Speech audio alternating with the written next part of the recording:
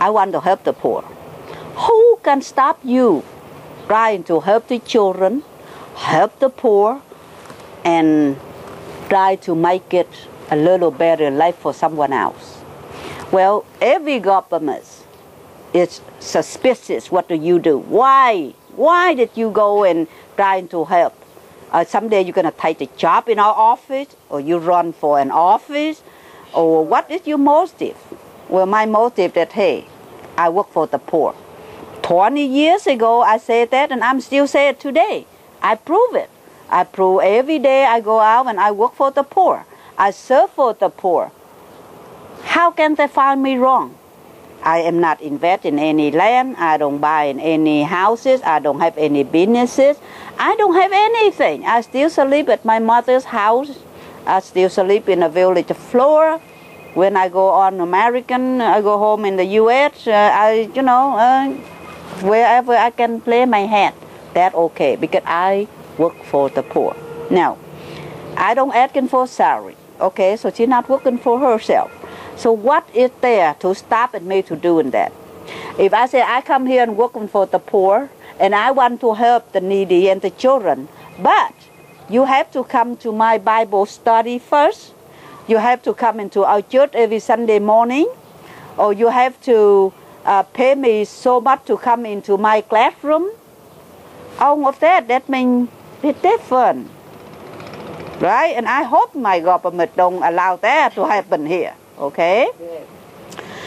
And if you say, okay, my salary is $50,000 a year or $100,000 a year, and I come here working for the poor, okay, are you serious working for the poor, or you need that $100,000 your salary so that you can send your children to college, so that you can pay your mortgage and your insurance? You know, so all of those things, it come together with the package, and everybody need that, of course, right? So it depends on individual. I cannot speak for themselves. I only can speak for myself. That is to I say I'm working for the poor. I go where the poorest of the poor. I say I'm working for the needy. I go where they need me the most. I say I want to working for the children. I visit schools. When I'm sick, I say I'm going to hospital. That's where I be. I mean, you know. So you prove it. Then the government say, oh, okay, that is the way. That then let her do. They maybe don't like it, but they stand beside me and watch. Little by little, they let me do the thing, and I get my way. I don't fight. Hey, if you don't want me to do this province, I will move to this province. If I don't want this village, because they already be taken care of, I go to the next one. Everybody need it. Everyone that need help. So it's up to you. If you have $1,000 or $100,000, you have to ask yourself, the people here have no toilets. The people here have no medical care. The people here did not have a school or skill. Would you set them up for what?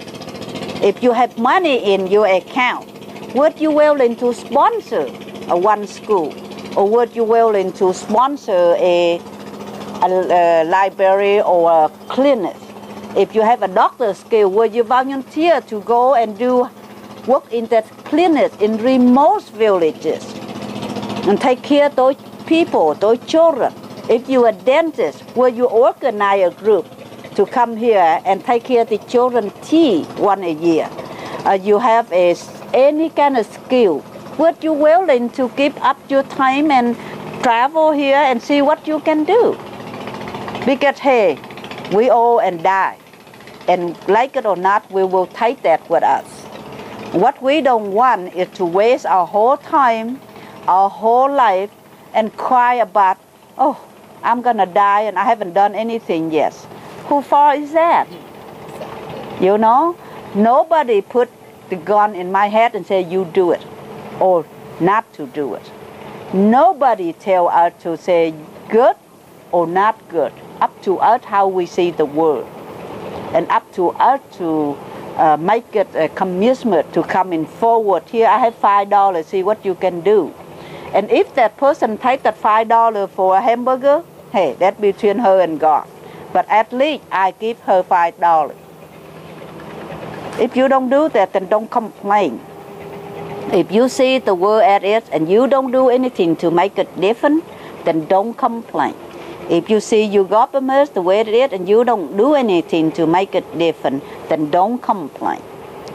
Because if you just let the time pass and you not be in the part of changing, nobody fall but yours.